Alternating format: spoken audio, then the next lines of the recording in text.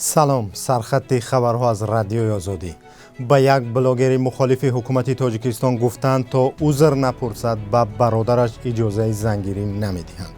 خانه یک گروه از مهاجران تاجیک در مسکو سوخت. ستاد امر معروف و نهی منکر در ایران گفت حجاب پوشی را به دیگر شکل نظارت میکند. یک بلاگر فعال مخالف حکومت تاجیکستان ادعا دارد که مقامات تاجیک برایش شرط گذاشتند که اگر از فعالیت‌هایش دست نکشد به برادرش اجازه برگزاری توی نخواهند داد. بهروز تقایزاده عضو گروه 24 که در یوتیوب برنامه صدای مردم را برندگی میکند در صحبت با رادیو آزادی گفت که مقامات ناحیه رودکی اجازه ندادند که برادرش مراسم تویش را برگزار کند. نزدیکانش با او گفتند اگر از فعالیت‌هایش دست نکشد با آنها اجازه برگزاری جشن نمیدهند. خودش این کاری مقامات را خلاف قانون نامید. البته هر یک نفر حق زندگی کردن رو در او وطن داره، نه وابسته از شخصیت و جنسیت و ملت و نسل و هر چیزی که نباشه، از جمله عائله هر یک مبارز و مخالفی که باشه. اگر من مخالف هستم، من حق آزادی خودم دارم و هیچ نفر نزدیکی من، برادر، خواهر یا که خشتبار من در این جرم من اگر جرم است شریک نیست. مقامات هنوز این را شرح ندادند. بهروز تقایزاده 3 سال است در شبکه‌های اجتماعی فعالیت مقامات تاجیک را تنقید می‌کند. نسبت با او با اتهام افراطگرایی پرونده باز کردند. تفصیلات این موضوعات در سامانه رادیوی آزادی بخوانید.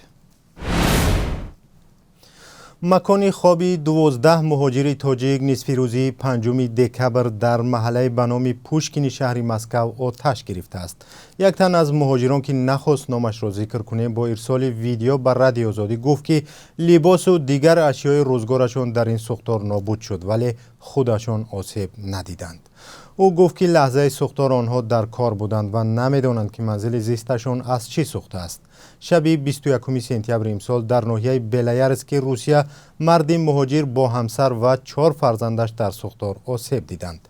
در اکثر حالات مقامات روسیه خود مهاجران را گناهکار میکنند که قاعده های ضد سوختار را رعایت نمیکنند. مهاجران میگویند مقامات و کارفرمایان روس برایشان شرایط درستی کار و زندگی را فراهم نمیسازند. ستاد مرکزی نیروهای مسلح اوکراین روز 6 دکبر گفت سربازان کشور حمله‌های نوی نیروهای روسیه را در شرق کشور رفع کردند.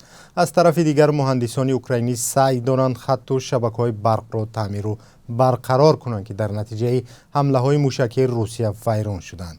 حمله‌های موشکی سبب قطع نیروی برق در بسیاری از گوشه‌های اوکراین شد که هوا در آن سردتر می‌شود.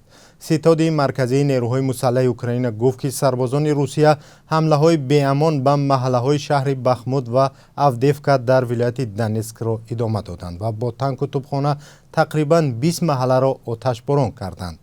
مقامات اوکراین میگویند خطر حمله‌های روسیه به زیربنیادهای برقی باقی میماند و به سبب تعمیر و ترمیم شبکه‌های آسیب دیده نیروی برق در قسمت‌های زیادی از کشور قطع می‌شود.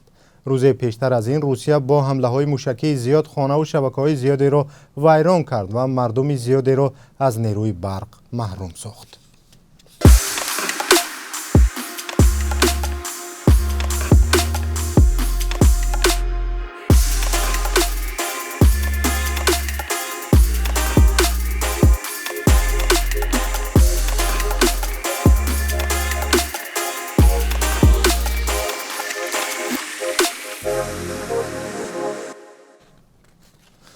علیخان محمدی سخنگوی ستاد امر معروف و نهی منکر در ایران گفته است که مسئولیت نهاد برای نظارت بر حجاب پوشی به پایان رسید ولی این نظارت بر حجاب پوشی با شیوه دیگر صورت میگیرد.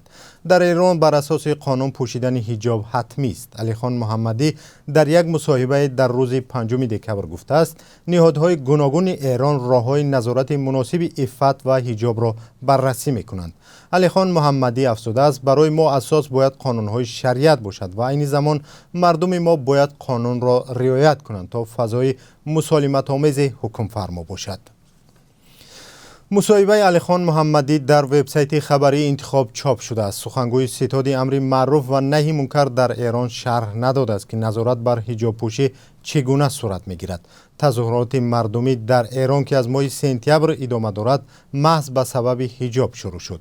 در آن ماه پلیس اخلاق مهسا امینی یک دختر ایرانی را برای بدحجابی دستگیر کرد و سپس جسدش را به خویشاوندانش سپرد. این کار خشم مردم را برانگیخت که تاکنون بر ضد حکومت اعتراض میکنند. در یکی از محله‌های شهر کولاب والدان شکایت دارند که فرزندانشان راهی بخطر برای رفتن به مکتب ندارند و مجبورند راه را دراز کنند و دیر به مکتب برسند. هر روز از کنار شاهراهی که می‌بینید صدها نفر ترسیده می‌روند چون خطری زیر چرخ ماشین‌های بارکش ماندنشان وجود دارد. اینجا محله فردوسی شهر کولاب است و در گذشته شاهد چندین صدمه نقلیاتی و آسیب دیدنی پیاده گردان شده است. همکار ما محمود جان رحمتزاده به این محله رفت و با ساکنانش صحبت کرد و گزارش را فرستاد که همراه در برنامه خبری تماشا میکنیم. برنامه ساعت 17 به وقت مسکو و ساعت 19 به وقت دوشنبه پخش می شود و برای همین بازگشت به کانال آزادی ویدیو را فراموش نکنید. نگاه به قرب اسعار در تاجیکستان. بانک ملی تاجیکستان برای روز 6 دکامبر قرب 1000 روبل روسی را 160 سامانی و 50 درم، $1 آمریکایی را 10 سامانی و 21 درم و 1 یورو را 10 سامانی و 79 درم مقرر کرده است. معمولا در بانک‌های تجارتی قرب اسعار فرق می‌کند. این بود سرخط خبرها و خبرهای بیشتر را ساعت 17 به وقت مسکو و ساعت 19 به وقت دوشنبه انتظار باشید. خدا نگهدار.